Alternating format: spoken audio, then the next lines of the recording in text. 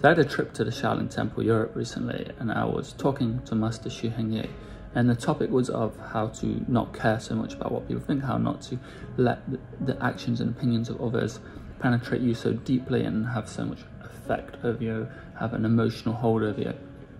And something he said that I've never heard before, it really made me think, and it really changed my perspective on a lot of things. He said that if you think about the person that's closest to you, the person that knows you the most, the person you know the most, there's still times in the day or times in a week where they make misjudgments, or you make misjudgments about them. They make mistakes, they make errors, they upset you, they annoy you, they do things wrong. So this is the person who knows you the most, the person that loves you the most, and they're still capable of doing wrong, and you're still capable of misjudging them and their actions. And you are surprised or even let down by these actions.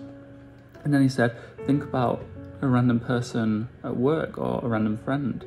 They're more capable, in a sense, of making misjudgments, upsetting you, doing wrong. And then you got to think of strangers, random strangers in the street, then aren't these way more capable of doing exactly the same? And the whole point is that we hold expectations on how people are supposed to behave, how people are supposed to be, what we expect from someone. And he's saying we have expectations over the person closest to us, the person we love, and of course they're going to break these expectations at some point in life. So random strangers are going to break every single expectation you have. So the point is, remove expectation, swap expectations for appreciations, and that will change your life. But the reason I say this in the sense of not caring what people think is that the reason you care so much is because you hold expectations about these people. These expectations can be about their character, about their opinion, about what they do, about who they are. And your expectation leads to you caring so much about their opinion, or what they say about you, what they do. And if you start to remove these expectations, then you are no longer caring about their opinion. You're no longer let down by misaction or misjudgment or wrongdoing by these people. And if you just change it for gratitude, for appreciation, you change the expectation for appreciation, then you will no longer care about what happens. But if something positive happens, then you appreciate it. And if nothing happens, then it doesn't really matter. So I think that's a very powerful tool on how to not care what people think. And also, it will just improve your life if you change expectations for appreciations. You need to decide to be selfish. You need to decide that the things you want to do are more important than the opinion of people, or even the opinion of strangers, you know. If you want to start, like, for example, what I'm doing right now is filming in public, and you want to start doing that, and you think your reason is good enough, you think, well, you don't even think your reason's good enough, you just want to start filming in public. Like, I want to film these in public because it's when I have free time to do so. I like it outside, it's a nice environment, and I've decided that getting this message across to help people is more important than some people walking through the park going, oh, what's he doing, filming. The worst they're going to be doing is just a bit of curiosity. They're, oh, what's he doing? They're not going to be bothered. And even if they are, I think what I'm doing here, filming this message and showing it to you guys, is more important than potentially them saying something. It really doesn't matter. So you have to decide to be selfish in a sense, and there's no problem with that. It's not a bad thing. You're doing something for you and potentially for others, and who cares what people think? You know, since I started filming these in public, I was worried what people would say, and no one's ever said anything. People look, people are curious, but that's it. No one's ever said anything. I think most times when people say they're worried about what other people think, they're actually just embarrassed and worried by their own opinion. So how do you get over this? You start doing things that feel silly, that maybe are a bit outside your comfort zone, like singing in the shower or dancing, or being a bit more upbeat in public, or maybe like what I'm doing now, filming videos in public. They oftentimes feel a bit embarrassing, and we say we're worried about what other people think, but actually I think we judge ourselves quite a lot, and we stop ourselves from doing these things. So keep doing these little silly things, these silly ways of expressing yourself, maybe overly expressing yourself as if you were a character in a cheesy Hollywood film. Like, imagine you're Jim Carrey in The Truman Show, when he sits in the mirror and he's drawing himself as an astronaut, being silly, singing, you know, these kind of things that seem overly ridiculous. But you start doing these things and you build up this comfort. As you get out your comfort zone, you build up this comfort, and you stop caring what other people think, because you stop judging yourself, which is the most important person to we are our own worst judge. And if we can stop judging ourselves and stop caring about our own opinion, in a sense, stop caring about our own judgment. So I think ultimately that's the problem, is people are worried just about themselves. They judge themselves to think, oh, this is silly. For example, me filming in public, I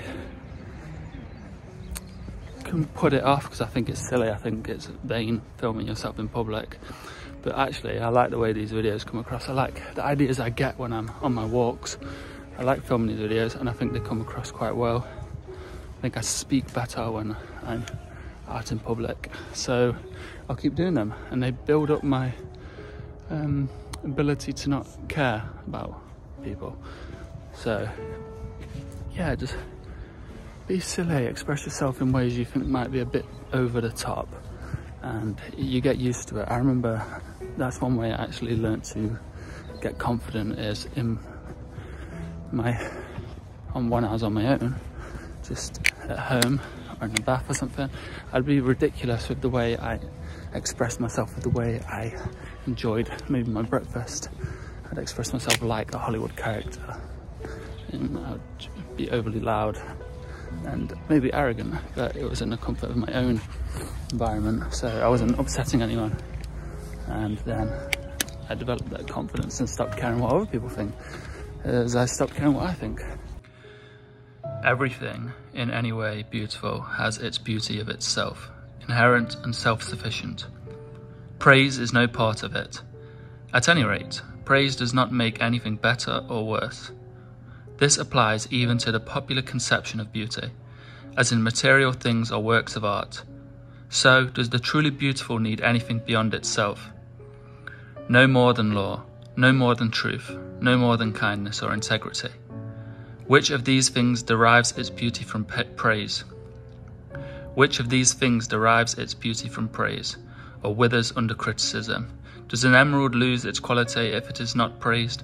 And what of gold, ivory, purple, a lyre, a dagger, a flower, a bush? So you don't need to care about other people's opinion of you, because, like Aurelius says, everything in any way beautiful has its beauty of itself, inherent and self-sufficient. Praise is no part of it. So don't wait for people's praise.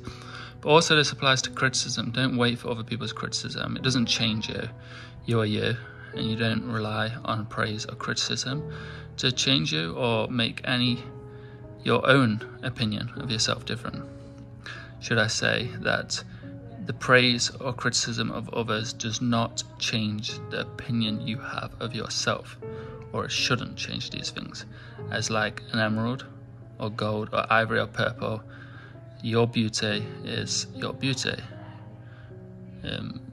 Your character is your character regardless of what people say. Of course we're going to care what people think. It's ingrained in us for survival in a way. Reputation is important, fitting in is important. In most circumstances it's important to be accepted by the village. But I think you have to work out for yourself which things truly matter. And the easiest way to do that, if something is good for you and you believe it's good for you, you've done the knowledge, you've added the knowledge and the wisdom, and you think it's good for you and good for the people around you, then do it. And it shouldn't really matter what people think, because at the end of the day, the reason you're caring what they think is because it's a survival instinct to fit in and to belong. and if you're doing the right thing, then that will help you to belong. So this is a technique that I use all the time, and it certainly helped me to stop overthinking, and it just helped me to jump into a situation, step straight out of my comfort zone without really having to think about it. I could step out of my comfort zone and everything would be okay. I remember before, a long time ago, when something was coming up, I'd spend a week planning it, thinking about it, all these things, thinking it was helping, and it'll just make me worry about this event, and then when I get there I'm super nervous because it's all I've been thinking about. And I came to realise that these thoughts are very unproductive. So you just sat there thinking about, well, what if this happens, what if I do this, what if I do this, what if they do this? Like, you're going to meet a new person who says, oh, what if they say this, or they go to shake my hand, or what if they don't shake my hand, what if they're going for a hug, what if they go for a kiss, all these things, and none of them are productive. All these thoughts are unproductive. So the idea that I just do now is, if something's coming up, I've got to meet someone or something, and well, I've been doing this for a long time and it helps so much, is I just don't think about it. If it's a non-productive thought, which most of them are unproductive, then I just don't think about it.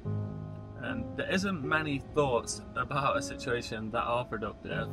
Obviously planning is good, but to a certain extent you're just overthinking and ruminating on creating a problem out of this situation. It's the best thing to do. You've got an event coming up. If you can't plan, if you can't get your notes ready, you can't do your writing, then just forget about it. There's just when the day comes, you go for it. And I used to think, when I was going into a situation, maybe I got to speak to someone, I got to a meeting or something, I used to think, oh, but I need to plan, I need to get ready, I need to do all this. But I realised that these things were holding me back, they were hindering me. So if I just leave it to the day, I have to hope that my years and years of practice of preparing for these kind of events is enough, rather than those few days. Because then I just put it to the back of my mind. If I need to make some notes, I need to research the background of these people, then I do it, and I come to that event well prepared. When another blames you or hates you, or people voice similar criticisms, go to their souls, penetrate inside, and see what sort of people they are. You will realise that there is no need to be racked with anxiety that they should hold any particular opinion about you. So let's quote from the Meditations of Marcus Aurelius. And he also has another passage similar to this, where he's talking about when you worry about the opinion of others, or what others are saying about you, you must try to understand their true character, the things they do when no one else is watching, or the things they do when they're not trying to appease people or make themselves look good, the lies they tell, the bad opinions they hold, the wrong judgments they hold, all these kind of things. You have to think that these are the sort of characters you worry about, their opinion that you hold in so much regard. If they can sit home lying and cheating and doing wrong, then surely their opinion of you should be in the same regard to you. And why do you hold their opinion at higher regard? Why do you allow their opinion to stop you from doing the things you want to do? That's just a thing Marcus Aurelius said. So if you're caring what people think about you, say you're wanting to go to the gym and you're worried people will judge you, in most cases everyone else is thinking the same thing. They're worried about you judging them. They're worried about other people's opinion of them. They don't even focus on you. And if they are focusing on you, all they're thinking is like, oh, I wonder what he or she's thinking about me. And that's the thing, I remember doing a video on this. It's like the cycle of judgment is, you want to go to the gym, but you're worried what people think. So you're already judging them. You're judging them as because you're making them out to be someone that's judging you. So that's already, you're judging them based off of nothing, which isn't good. But then if you don't go to the gym, then you start judging yourself, which is the worst judgment, because you live with yourself 24/7. You start judging yourself because you go, I let the opinions of others stop me from being healthy or living my life. And that you don't want to live with your own judgment. So you have to choose, what do you choose? Do you want to live with your own judgment. Every night you lay in bed judging yourself, going, well, why didn't I do this? Why didn't I do this? Well, am I so embarrassed to do this thing that I know is so good for me because of what other people think? Or do you walk into the gym and you go, oh, maybe he or she might be thinking something. It really doesn't matter what people think. If you're doing something, do it for yourself. Do it for your own personal growth. Do it for the people you love. Do it for to be a good person. I don't know. I think oftentimes if you're doing the right thing, if you're doing the good thing, it really doesn't matter what people think. And you should try to avoid their opinions, because people will just say and do things that are not helpful because it's based off of their judgment, based off of their perception of what you're doing. And obviously they can't see everything that goes behind the way that you think and the way that you plan and the way that you do. Marcus Aurelius wrote a lot about death, and he says that we care about what people think, we care about their opinion, but soon we will be dead. Soon they will be dead. So soon their opinion will be non-existent. So just let it be. Whatever happens to you was being prepared for you from everlasting. The mesh of causes was ever spinning from eternity, both your own existence and the incidents of this particular happening.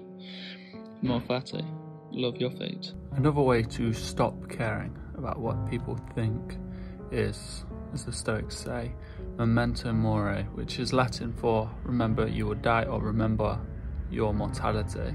It's just a reminder that our time is limited and one day we will die. And I often think about it. In fact, I think about it almost every day. Sometimes when I'm walking down the street, sat on the bus, walking through the park, anything really, whilst I'm working, when I'm with friends, family, and I think, memento mori, this could be my last day here, this could be my last instance right here. And it, first of all, it really increases your gratitude and your zest for life. It's a very powerful tool for these things. But another thing is, you stop caring about what people think when you realise that one, that person may die someday, well, they will die someday, shall I say, and two, you will die someday, and today could be that last day. So when you put something off out of fear of judgment, just think, this could be your last day, or you may never have this opportunity again. Because that's another thing about memento mori. Opportunities die, chances die, circumstances and situations die, and they don't last forever. So you have to grab life. Say grab life by the horns. You have to take life into your own hands in many ways. Another way in which you do this is, in which I do it, and it's right there, a memento mori life calendar. Every week you fill in a box, and that is a week of your life gone. And I know if you've never heard of this concept, it seems morbid, and I can assure you it is one of the most, if not the most essential thing I've done in my life, which has increased my zest for life. It's increased my everything, my confidence, my gratitude for life. And it really has made me not care about what people think, because sometimes you start getting in your own head about the opinions of others, and then you fill in one of those boxes and you go, wow, that's another week gone. A week of my life, maybe a week of my life I spent caring about others' opinions. A week of my life I put off. Another week that I put off because I cared about what other people think. And you sort of live in autopilot, staying within the confines of comfort because you're worried about what other people think. And then these weeks keep ticking by to the day that you die. So, I'll finish this video off. You can get the calendar, the Memento Mori Life calendar, 10% off with code STOIC if you follow the link in the description. I hope it helps you as much as it's helped me, and as much as it's helped many people I know. I get many remarks, feedbacks, comments, I don't know, messages, that's the word I was looking for, about how much the poster has helped someone. And people I know says it's so helpful, and it increases your zest for life, which sounds like an oxymoron. It sounds contradictory that thinking about death would increase your zest for life, but it's true. there was a study done on Stoicism actually, and the number one effect that most people reported about Stoicism, and one character trait it had. People often think, oh, maybe it increases strength of character, increases fortitude, discipline, but it was actually zest for life. That's the best feedback people got. Most common reoccurring feedback the study got was that people that went into Stoicism, practiced Stoicism, had an increase in zest for life, and that's exactly what these posters do for you. So I hope it helps you, and it also supports what I'm doing, so I'm very thankful for the people that have been supporting what I'm doing. And if you want more from me, then consider becoming a YouTube member, where there are perks such as private videos, not on OnlyFans, but videos on certain topics, maybe in depth on certain topics. And if you want to follow me on Instagram at TheEverydayStoic, there's 415,000 like-minded Stoics, or you can follow me on my personal page at MulliganBrothers. There's 38,000 like-minded, I don't know, people that follow me. And consider subscribing if you enjoy the content. Much more to come. The more support I get, I suppose, the better I can improve these videos, and the more effort I can put into these videos. So it's very helpful, and I appreciate it because I love learning, sharing and practicing Stoicism. So thank you very much, and have a great day.